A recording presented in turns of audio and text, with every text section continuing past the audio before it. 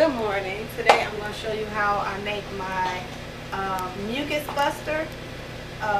It's really good for colds and flus and any type of problems you have that's causing a lot of mucus. If you want to expel that mucus, this is a little tonic that will basically get rid of that, and it's good for children because I gave it to my daughter who is going through some things right now, and it works pretty good on children as well as adults. Adults usually have to repeat it a few times. So this is what you're going to need to make the mucus buster. You're going to need the juice from 1 grapefruit,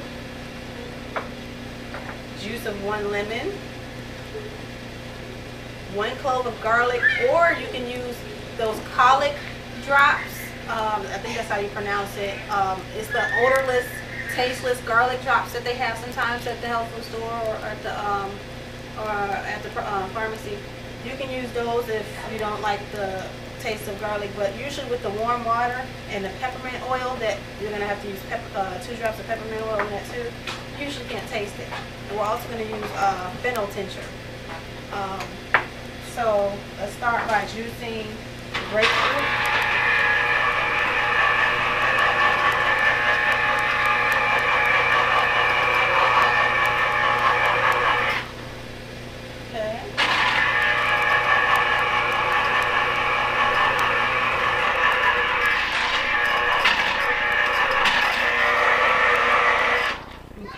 You can use white grapefruit or red. I prefer red because it's sweeter, and I just really don't prefer the taste of the white grapefruit, but some people like it.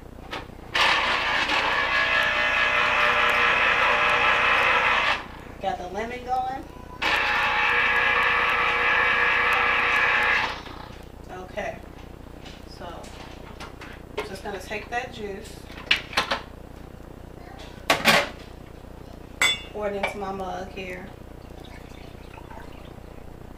And now I'm going to add a whole dropper full of fennel tincture.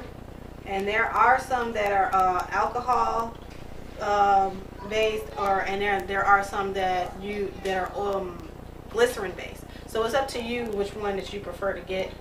I don't have a problem with the alcohol based tincture. Never had a problem with it before, but some people don't like that. But they have tinctures that are made vegetable glycerin based, so you can look for that in your local health food stores as well. This is just pure peppermint oil. I'm just going to use 2 drops of this. If I can get the drop, 2, and that's going to open up your sinuses as well as mask some of the taste. And I'm going to go ahead and I'm going to grate the garlic in. This is just what I have on hand, so this is what I'm using. I don't have the odorless drops, tasteless drops, but hey, this will definitely do the trick. So I have that in there. I'm going to stir it up. Now I'm going to add in 4 ounces of warm water. If you don't have enough room and whatever the device that you're using to add a complete 4 ounces is okay. Just add warm water up to the top to fill it in. And the water just needs to be warm to the touch. It does not have to be boiling water. I wouldn't recommend boiling water. I want just warm to the touch.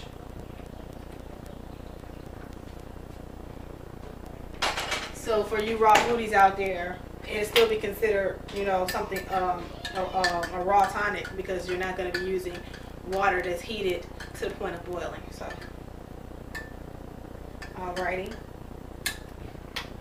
And so this is the mucus buster tonic. What you do is you'll drink this. Usually, I say with a child, after they drink it, I'd say maybe 20 minutes later, you'll start seeing it, them expel the mucus out of their nostrils. Sometimes they might hack it up, maybe cough up or vomit up a huge chunk of mucus, whatever's blocking them. And sometimes they might go to the bathroom. Either way, it's fine. It's pushing the mucus out of their body, and that's the point of it. You don't want that to stay in there. And a lot of times you don't notice when you're sick with fever or with cold or something like that. Usually you're blocked up. So if you get yourself moving again, it usually brings some of those symptoms down. It brings your fever. Also, something I give my daughter before I give her the mucus buster is I give her a herb called horehound, and it's becoming harder and harder to find this at my local health food store because it was a brand that I used to get it from that no longer carries it for children, and that one was a little bit more palatable than this extract is, and this one's really strong and nasty. But what I usually do is I give her the dropper of the horehound before I give her the mucus buster, and she's willing to drink anything to get that nasty taste out of her mouth, and that usually gets her to drink it. And so another trick I also use to get my child to drink it is the little squiggly straws, flexi straws, stuff like that. You know, whatever you got to do to get it in them, you know. Let's see. The horehound is good for lung health, and it's also good for breaking up mucus. It's been a godsend when my daughter was going through bouts of asthma in her younger years. More so than now, because like she's pretty much healed up now. Maybe she might have an incident once a year, thank God. So that's that. The horehound and the mucus buster. So for you guys out there who are looking for some natural ways to subside some of those flu and cold symptoms that people tend to get around this time of year, I recommend going with this. Also, diet changes are even better to stop dairy and the meats and stuff like that. And I understand people are always they're on their own paths in life. They're going through their own little transitions, whatever the case may be. But this is something that'll help ease mucus symptoms.